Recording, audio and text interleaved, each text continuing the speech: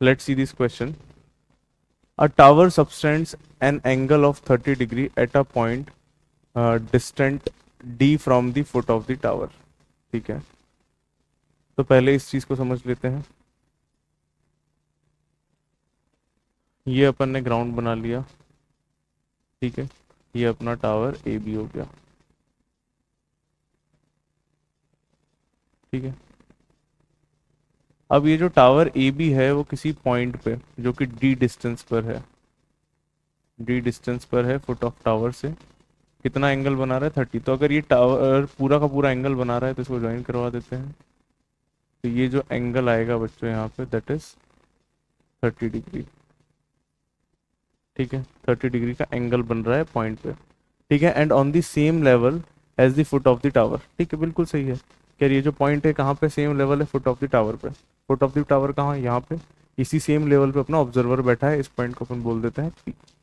ये first line की कहानी हो गई. At a second point H vertically above the first. जो फर्स्ट पॉइंट आपने लिया है दैट इज दिस, इसके वर्टिकली अपवर्ड्स में क्या दिया है, H डिस्टेंस पर आपको पॉइंट दिया है. ठीक है, तो यहाँ पे H डिस्टेंस पे एक पॉइंट बना लेते हैं. ठीक है, इस पॉइंट को बोल देते हैं Q. कितना डिस्टेंस है यहाँ तक का, स्मॉल h. ठीक है, सेकंड पॉइंट लिया है. The depression of foot of the tower is 60 degree. जो फुट ऑफ द टावर है दैट इज B, और ये इसके बीच का जो डिस्टेंस एंगल है वो कितना बन रहा है 60 डिग्री. और कौन सा एंगल ये एंगल ऑफ डिप्रेशन है. तो ये वाला एंगल 60 डिग्री बन रहा है. अगर ये एंगल 60 डिग्री है तो ये वाला एंगल भी कितना हो जाएगा 60 डिग्री, वर्टिकली अपोजिट एंगल की हेल्प से. ठीक, फिर उसने पूछा है height of tower. Height of tower को अपन बोल देते हैं कैपिटल H. इसको बोल देते हैं अपन कैपिटल H.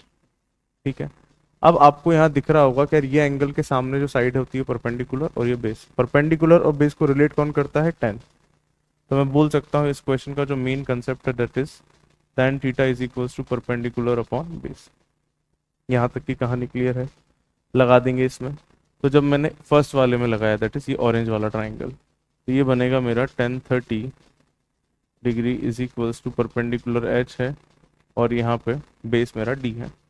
tan 30 होता है 1/√3.